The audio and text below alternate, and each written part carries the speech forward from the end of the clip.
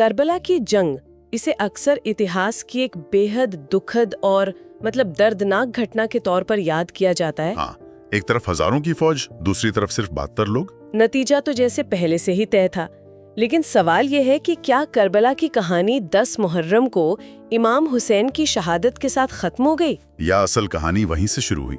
आज हम डॉक्टर उज़्मा खातून के एक लेख के जरिए इसी सवाल की गहराई में उतरेंगे। हम इस समझने की कोशिश करेंगे कि उस हार ने एक ऐसी पहचान को कैसे जन्म दिया जो आज सदियों बाद भी करोड़ों लोगों की जिंदगी का एक अटूट हिस्सा है। हाँ, ये सिर्फ एक जंग की कहानी नहीं है। नहीं, बिल्कुल नहीं।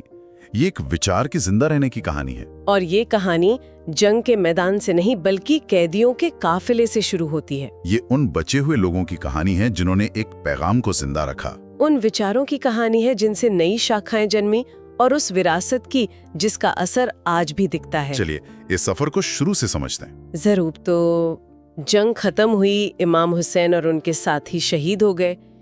इसके बाद जो लोग बच गए, ज्यादातर औरतें और बच्चे, उनका क्या हुआ? यहीं से कहानी एक बहुत ही हैरान करने वाला मोड़ लेती है। बिल्कुल। उन कैदियों को उस वक्त की राजधानी दमिश्क ले जाया गया जहां खलीफा यजीद का दरबार था। उस काफिले में इमाम हुसैन के बेटे इमाम ज़ैनुल आबिदीन भी थे। हाँ, जो बहुत बीमार होने की वजह से जंग में हिस्सा नहीं ले पाए थे। आमतौर पर तो जंग के बाद कैदी या तो मार दिए जाते हैं या फिर गुमनामी में खो जाते हैं। हाँ, लेकिन यहाँ कुछ उल्टा हुआ। करबला का पैगाम असल में इन्हीं लोगों के जरिए दुनिया तक पहुंचा। ये इतिहास की एक अनोखी बात है कि हार के बाद कैदियों ने ही जीत की कहानी लिखी। ये सोचना भी मुश्किल है।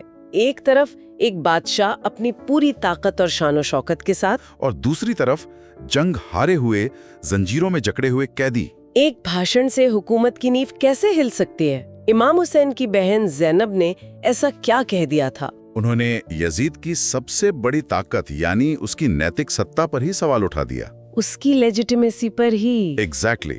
यजीद खुद को पैगंबर का वारिस और मुसलमानों का रहनुमा बता रहा था। ज़ैनब ने भरे दरबार में खड़े होकर उसे पैगंबर के नाती का कातिल कहा। अच्छा। उन्होंने करबला की कहानी को दरबार की दीवारों से बाहर निकालकर आम लोगों के दिलों तक पहुंचा दिया। उन्होंने यजीद को याद दिलाया कि ताकत से जमीन तो जीती जा सकती है, लेकिन दिल नहीं। तो यहीं से यजीद की सैन्य जीत एक नैतिक हार में बदलने लगी। हाँ, बिल्कुल।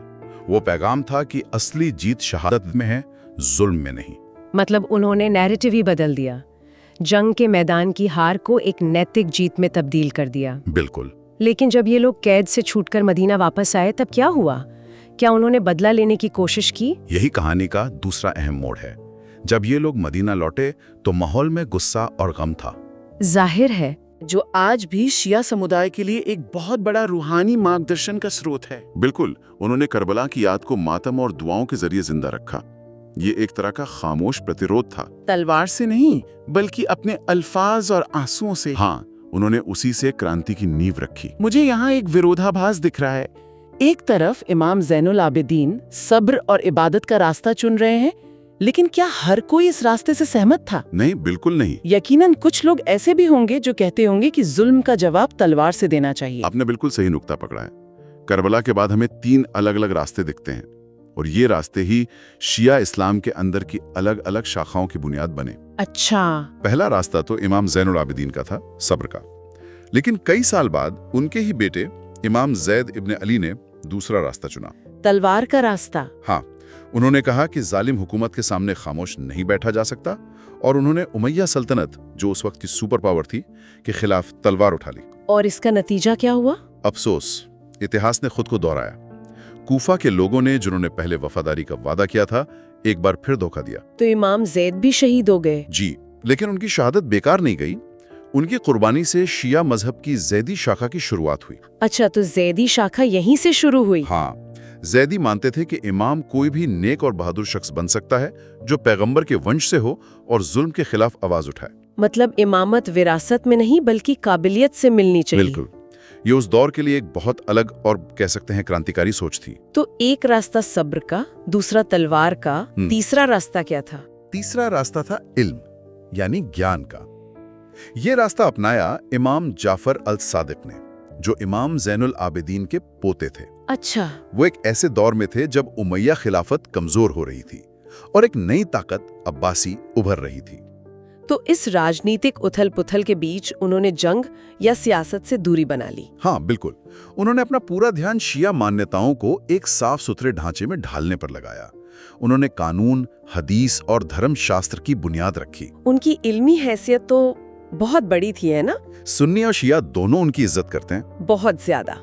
और उनके दौर में शिया और सुन्नी इस्लाम के बीच वैचारिक फर्क और ज्यादा साफ हो गया। ये बहुत दिलचस्प है, यानी एक ही परिवार से निकले 3 अलग-अलग रास्ते जो आज भी किसी न किसी शक्ल में मौजूद हैं। लेकिन इमाम जाफर की मौत के बाद क्या हुआ? नेतृत्व का सवाल फिर से खड़ा हो गया। हमेशा की तरह। जी, नेतृत्व का सवाल ही शिया इस्लाम के विकास का केंद्र रहा है। इमाम जाफर की मौत के बाद शिया समुदाय में एक और बड़ा बंटवारा हुआ। उनके बेटों को लेकर। हाँ, उनके 2 बेटे थे, इस्माइल और मूसा अल काज़म। कुछ लोगों का मानना था कि इस्माइल ही अगले इमाम हैं, लेकिन उनकी मौत अपने पिता के जीवन में ही हो गई थी। तो फिर इस समूह ने कहा कि इस्माइल मरे नहीं बल्कि गायब हो गए हैं और एक दिन लौटेंगे। ये लोग इस्माइली कहलाए। और इसी इस्माइली शाखा ने बाद में इतिहास में एक बहुत बड़ी भूमिका निभाई, है ना? हाँ, ये एक बहुत अहम नुक्ता है।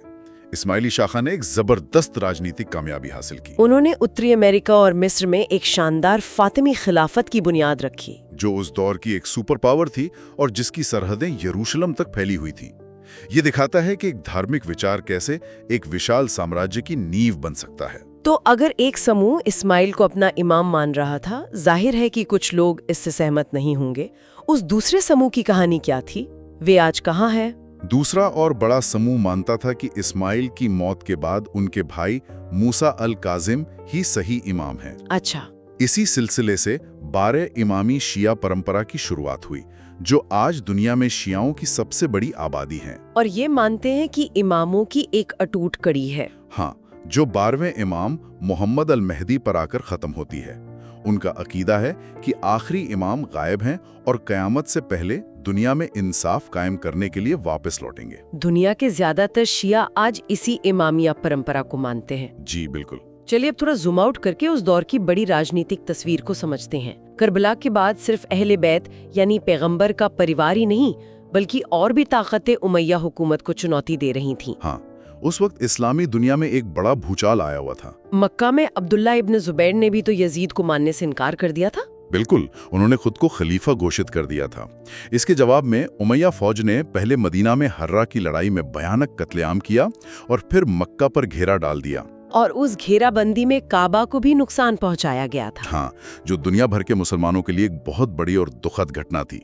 इससे उमैया हुकूमत की साख को बहुत धक्का लगा। और इसी उथल पुथल के बीच एक नई ताकत का उदय हुआ, अब्बासियों का। हाँ, ये बात मुझे बहुत हैरान करती है कि अब्बासियों ने अपना आंदोलन खुरासान यानी आज के ईरान और मध्य एशिया के इलाके से शुरू किया और उनकी फौज काले झंडे लेकर चलती थी। और वो काला झंडा कोई आम निशान नहीं था, वो करबला के मातम और गम का प्रतीक था। अच्छा। अब्बासी, जो पैगंबर के चाचा अब्बास के वंशज थे, वे उमैया सल्तनत के सबसे बड़े दुश्मन बनकर उभरे। उन्होंने बहुत चालाकी से करबला की त्रासदी का राजनीतिक इस्तेमाल किया। उन्होंने लोगों से, खासकर गैर अरबी मुसलमानों से वादा किया कि वो अहले बैत को उनका हक वापस दिलाएंगे और हुसैन के खून का बदला लेंगे। ये सुनने में तो बहुत आदर्शवादी लगता है, लेकिन क्या अब्बासियों का हुसैन के नाम का इस्तेमाल सिर्फ एक राजनीतिक चाल नहीं थी? असल में तो यही था। सत्ता में आने के बाद उन्होंने क्या किया? ये राजनीति का एक क्लासिक उदाहरण है कि कैसे एक भावना का इस्तेमाल सत्ता हासिल करने के लिए किया जा सकता है।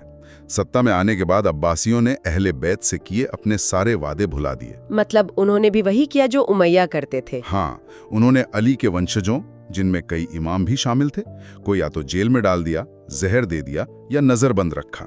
जैसा कि लेख में बहुत खूबसूरती से कहा गया है, जुल्म बदला, जालिम बदल गए। तो इन सभी घटनाओं, करबला की याद, अलग अलग इमामों के रास्ते, राजनीतिक धोखे, इन सब का शिया पहचान पर क्या असर पड़ा? ये कैसे सिर्फ एक राजनीतिक पक्ष से एक संगठित मजहब बना? धीरे धीरे शिया इस्लाम सिर्फ अहले बैत से मोहब्बत तक सीमित नहीं रहा, बल्कि ये एक पूरा धार्मिक, कानूनी और वैचारिक नजरिया बन गया। करबला की याद और इमामों पर हुए जुल्म की कहानियों ने इस पहचान को और मजबूत किया। बिल्कुल। और सुन्नियों और शियाओं के बीच सबसे बड़ा फर्क नेतृत्व को लेकर स्थापित हो गया।